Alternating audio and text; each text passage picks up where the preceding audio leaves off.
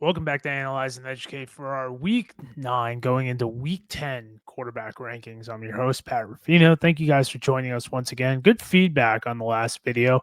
And overall, I think we had a pretty good week of quarterback play and just league play in general. As you know, the playoffs are all locked up.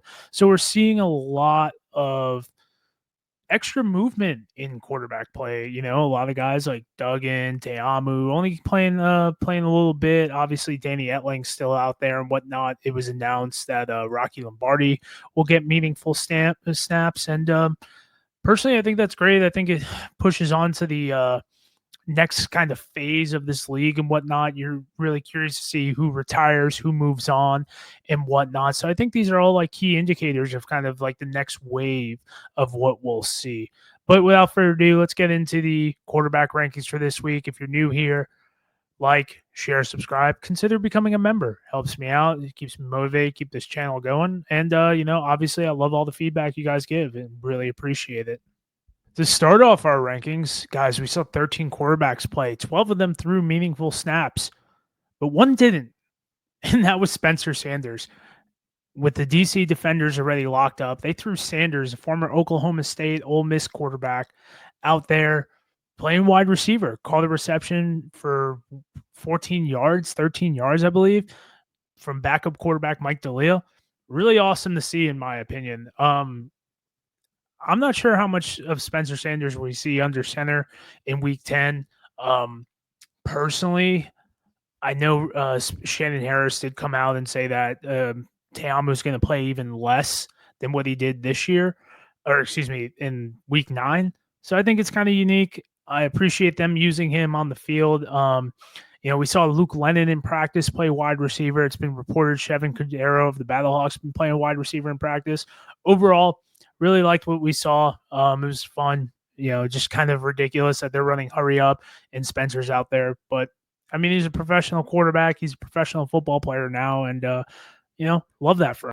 Getting into our nitty-gritty of the rankings, I had to throw Holton Aers up there. Did a little bit more than the honorable mention. Guys, once again, I make the joke every time he's in. He's either getting a first down or a touchdown, and what did he do this week? Threw his first passing touchdown of his career. Last week, he gets his first rushing touchdown of his career. Holton Aers doing nothing but big things in Arlington. Whenever he goes in, 90% of the time, it's going to be a good thing. Threw a nice 2-yard pass to Seth Green, kind of his backfield mate in that Rhino package, except they had him at shotgun, ran a nice little RPO, and found Green in the end zone. Threw the ball inside, only where he fit it in right there. So 2 for 2 the past 2 weeks for Ahlers, one with a rushing touchdown, this week with a passing touchdown. Curious to see what they do with him in Week 10. Going to be curious to see what we do with a lot of these quarterbacks in Week 10 as well. It's a shame to put him at number 11, but in my opinion, wasn't the sexiest display. Now, we saw 2 really good series to start the game off. He ends up finishing 14 of 26 for 103 yards, 4 carries for 20 yards. And then after that, it was very anemic. Second half, hurt by fumbles by his skill players and whatnot. I think he had 77 yards in the first half. So you're looking at less than 30 yards passing. Looked uncomfortable. Didn't really look like he was coming into his own or anything like that. A lot of times when quarterbacks have to go off script or play callers have to go off script, I think that had something to do with it, because those first 15 plays, those first 2 or 3 drives, he looked really crisp, on time, on target, and whatnot. They just released Justin Smith as well. The Brahmas did, probably due to an injury, because there's not much time left as far as like moving these roster pieces around. I think they're limited on what they can do injured reserve wise. So it hasn't been announced if Mond is starting or not yet, but I mean, you could really lean towards Guarantano getting a nod. Overall, not the best experience for Kellen Mond this year, coming up to about 700 yards passing. I think 4 touchdowns, 3 touchdowns. I know Hogan had the same amount. Week 10, I mean, it kind of seems like Mond is playing his way out of the NFL. It's going to take a big bounce back for him to really move forward and progress in his career. But as of right now, I don't really see it. Is he a guy you bring back in 2026? leave a comment down below to let me know if you want to see Kellen Mond in 2026. Now, my number 10 quarterback is EJ Perry. So, Jim Turner, hats off to this man, does a really good job trying to get all these guys tape and whatnot. Perry's a guy who's been in the NFL cycle. So, this is a guy who can be a cheap, UFL to NFL signing. Comes in, plays the almost first 2 quarters, 5 of 11, 89 yards, no touchdowns, no picks, 1 carry for 2 yards. Now he comes in the first series, hits Kwame Lassiter for 15 yards.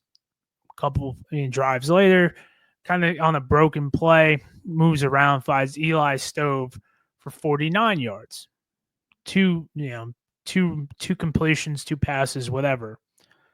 So outside of that, he went 3 of 9, 33% with 20-something yards or something like that.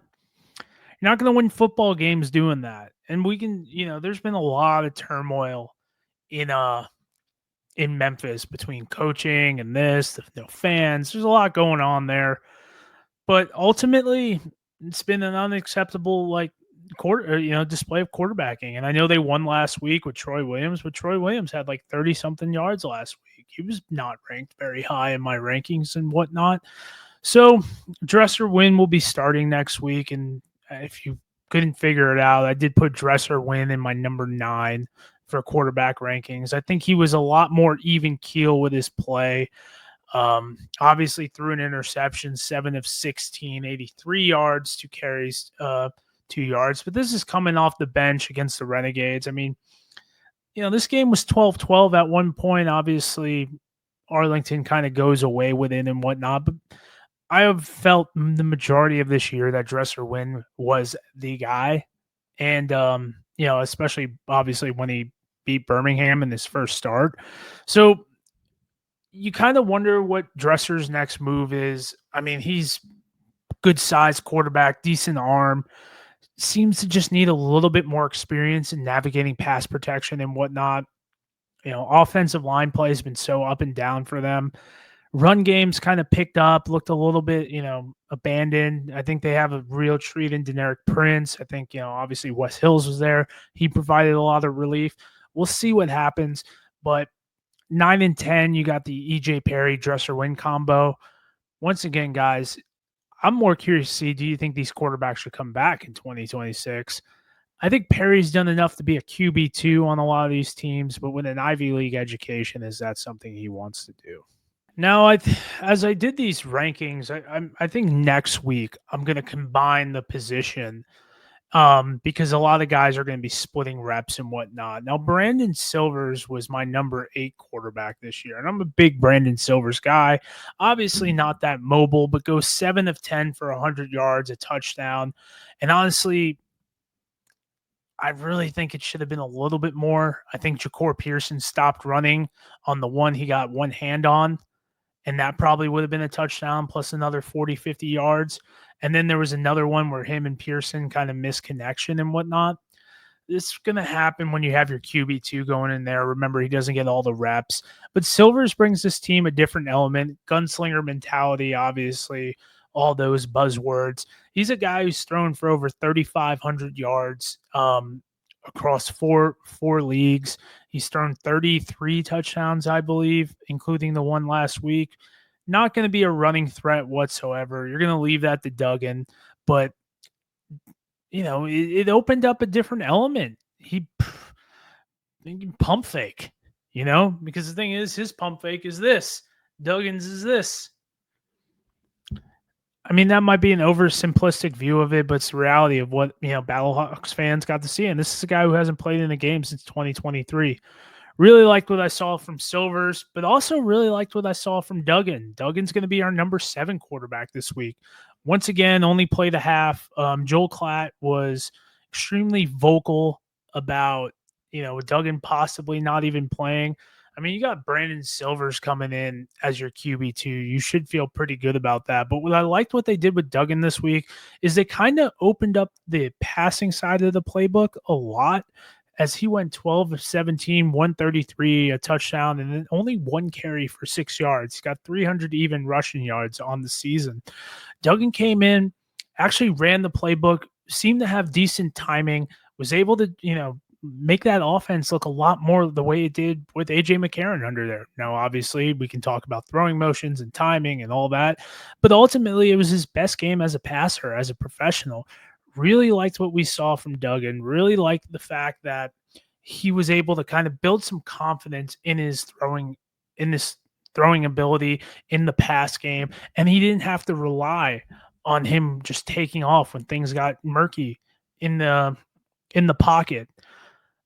I think if your Battlehawks are going to, really compete with the real DC, not this DC that they're playing in a couple weeks, I think they're going to have to make some moves as far as Dugan being a more polished passer. Biggest thing I could see is kind of how when Birmingham played DC, how Alex Magoo adapted to that situation. Very curious to see how they attack the game plan on that. I think you still throw in those QB sweeps and whatnot and QB powers that they run, but with Brandon Silver's getting more reps, you kind of run a little bit of a dual QB situation. I don't know. I'm very curious to see what happens with the Battlehawks quarterback room on Friday. Looking forward to it, though, 100%. This is a guy who made himself some figurative money this past week. Wasn't really sure what we had with Mike DeLeo in DC. It's a big ask to replace a 2,000-yard passer, probably the MVP of the league in Jordan Tayamu. DeLeo, 17 of 29, 206, one touchdown, 3 carries for 9 yards. You can kind of quip a little bit at what they did as far as with their 3-point play for the tie and whatnot. Obviously, they missed a field goal. That really hurt them. But personally, I think DeLeo played a really good game for his first extended appearance out there. Makes you feel a lot better about what they have behind Tayamu. This is a guy who's been used on a couple, spelled Tayamu when he had a communications issue, in addition to was used on some RPOs and whatnot earlier in the season. Guy goes out, there's 206 yards in one half of football. You don't feel bad about that whatsoever. Extended reps, started out really hot. I think he was 3 of 3, 4 of 4, pushed the ball downfield. Cornell Powell makes any quarterback in DC look a lot better. But this is the most playing time that we've really seen any quarterback play with Tayamu. He's kind of an Iron Man. Like I said, Shannon Harris said Tayamu's probably going to take a couple series and then be done for the day on Friday. Curious to see what DeLeo does, especially going up against a Battlehawks pass rush that's so deep that with Pita and Tamapenu, on the sideline, and Travis Feeney, looks like they can really make some waves, honestly, with Chris Garrett and Carson Wells. Overall, good half of football to watch. Once again, this is kind of where I lean to kind of grouping them, because the next guy on our rankings is Jordan Tayamu. Did what you expected him to do. 165 yards passing and a half, 2 carries, 7 yards, a touchdown.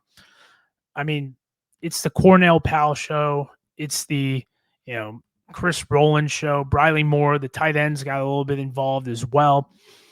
It's easy to be a good quarterback when you got good skill players. And that's what DC has. I made a tweet the other day.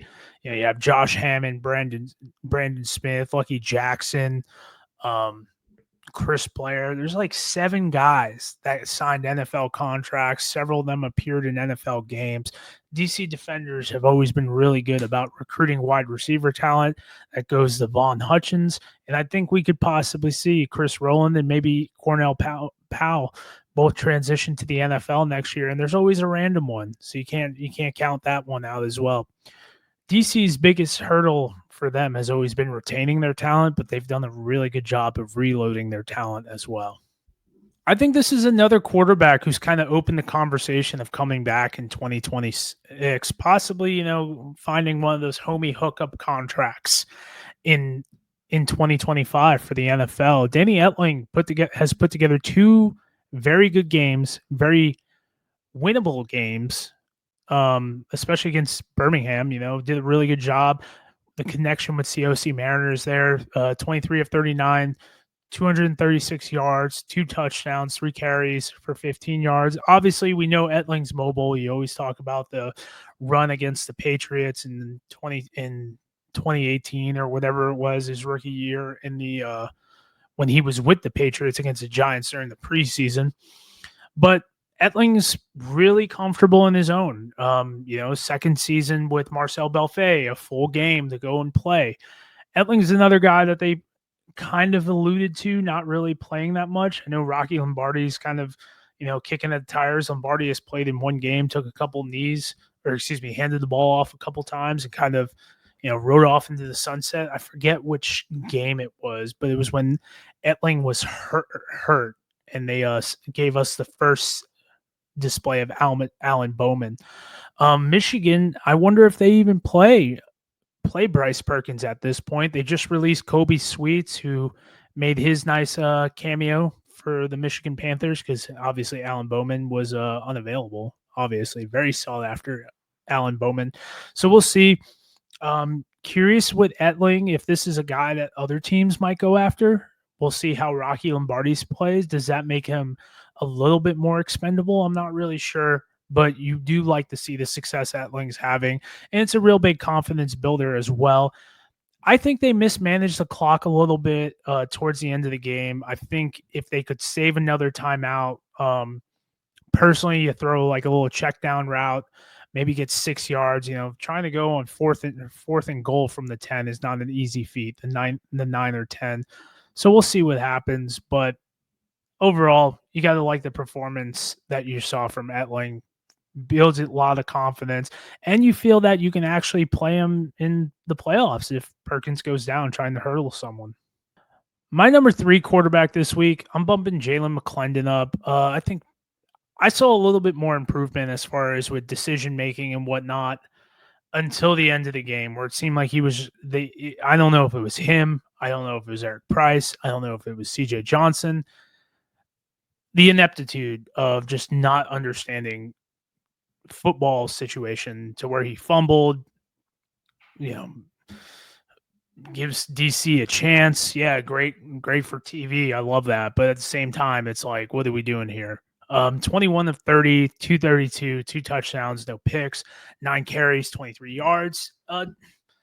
I felt that McClendon this week did a little bit better job of kind of managing his rushing workload and whatnot, doing a lot better job of understanding, what's the zip on the ball, adding some touch to some of his passes.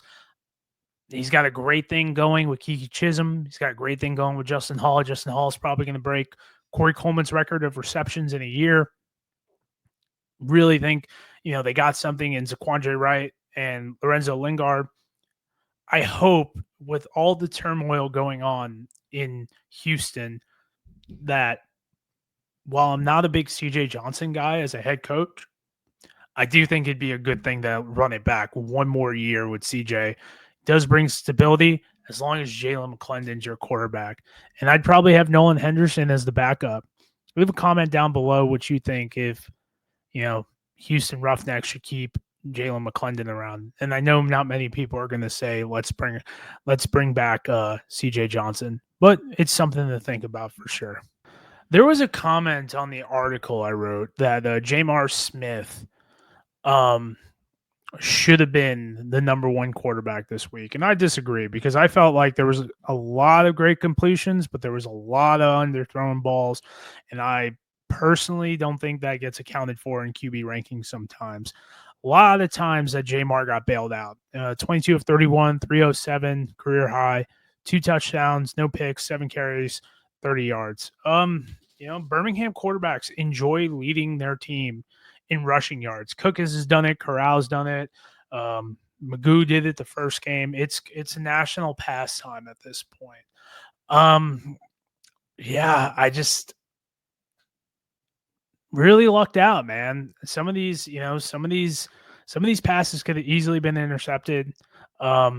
Obviously did a pretty decent job putting points on the board. I mean, Jamar is playing his best football. But I'm very curious to see what they do going into week 10. I do like the story coming from Dunkin' Donuts, which, by the way, was his decision. Like, he opted to walk away from the team and then had to wait. And I don't think that gets talked about enough. That if Skip Holtz mentioned it, I'm glad he did because, like, humble yourself a little bit. You walked away from the team. You didn't want to be QB3, and then Case Cookis was like, "Yeah, I'll do it. I don't care." And then when injuries started happening, or you're at Dunkin' Donuts and you realize, yeah, this sucks because working, food service jobs and fast food isn't fun. Yeah, sorry you had to wait a little bit, bud. But it's the reality of the situation. I do think Smith did a really good job avoiding the rush. I think Breland Speaks was back there a decent amount. I know he flushed 2 sacks to Ron Stone. Kenny Willekes missed on the sack as well. TJ Carter had a sack, or excuse me, TJ Carter had 2 sacks. Ron Stone had 1. But ultimately, this is a Michigan Panthers defense that's going to get a little bit healthier this week with Javin White coming back, but they did lose Adonis Alexander and Frank Ginda. So makes it a little bit easier to compete. We'll see what happens. Overall, great performance by Jamar, their number 2 quarterback this week. Let's see what happens. Let's see what happens going into the playoffs, who they decide to start. Personally, I think it's Magoo. I think you bring in Alex Magoo for this reason. Let him shine or die. It's unfortunate, but I'm very curious to see what happens with Magoo moving forward and whatnot. Who do you think should be starting for the Stallions in the playoffs? Leave a comment down below. Our number 1 quarterback this week is old reliable Luis Perez. Really took a minute to get going, but when he did, the Tyler Vaughn's connection is great. 20 of 30, 206, 2 touchdowns, 3 carries, -3 yards. It's easy to be good when you got Tyler Vaughn's, Deontay Burnett. It's kind of crazy that the Arlington Renegades have Tyler Vaughn's. They have Tyler Vaughn's. They have Sal Cannella, and they have Deontay Burnett. All are 1,000-yard receivers.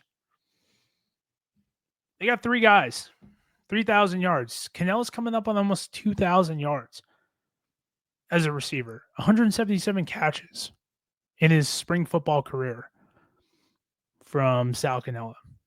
It's pretty impressive if you ask me.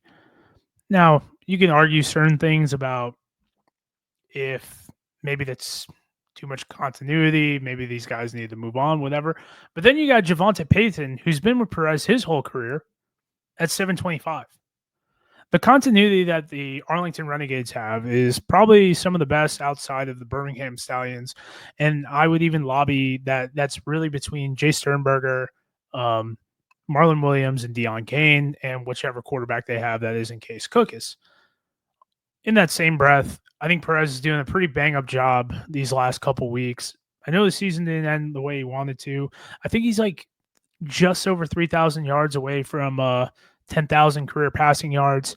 But over the last 3 games, he's put up 370 yards, 6 touchdowns. Strongest stretch of the season. You kind of wish he hit it in stride a little bit earlier. It's the reality of the situation. I don't rank Perez as my number 1 QB this year. I'm probably going to put him at 3. As the rankings kind of shake out and whatnot. But overall, you just kind of wonder, as a fan, like, how do you feel? Do you want this guy coming back in 2026? Are you like, hey, it's time to move on? Do they invest in Holton Aers and Luke Lennon? I don't know. Leave a comment down below. What do you think, if Perez should come back in 2026 or not? And I know I've been a little bit more open to engagement this episode because I'm curious to see what a lot of you guys think. Personally, I really like the QB play this year. We're going to have 2 2,000-yard passers. Perkins probably could have got it. McClendon would have got it if he played all 10 games. Really going back to XFL 2023, the last time we had a couple of 2,000-yard passers. I think we had one in 2022 USFL. That was Tayamu, and we had 2 in USFL 2023 with Alex Magoo and McLeod Bethel Thompson. So overall, it took us a minute. There's no preseason and whatnot, but you kind of wonder what a league looks like where, McClendon starts week 1, where you have Dresser Wynn starting week 1, where you maybe move a Danny Etling, you put him on a San Antonio team, or Brandon Silver's on the San Antonio team with AJ Smith. Do you move Jamar Smith around? If Magoo kind of figured it out, or Corral, there's so many good quarterbacks in this league right now, and when they all start clicking, it makes this league way more fun to watch. And it's it's kind of crazy to see what that could mean. The talent is continued to get better every year. And I know that's nothing crazy because I think we all expect it, but it's the reality of the situation. That brings us to the end, guys. If you want to, leave a comment, see what would your 8 teams look like. 8 team QB1s for 2026. Say none of them are going to the NFL, or make a prediction and say which quarterbacks are going to the NFL from the UFL this year. Overall, love doing this with you guys. I appreciate doing this for you, and I look forward to a great week of football in week 10. Until next time, thank you.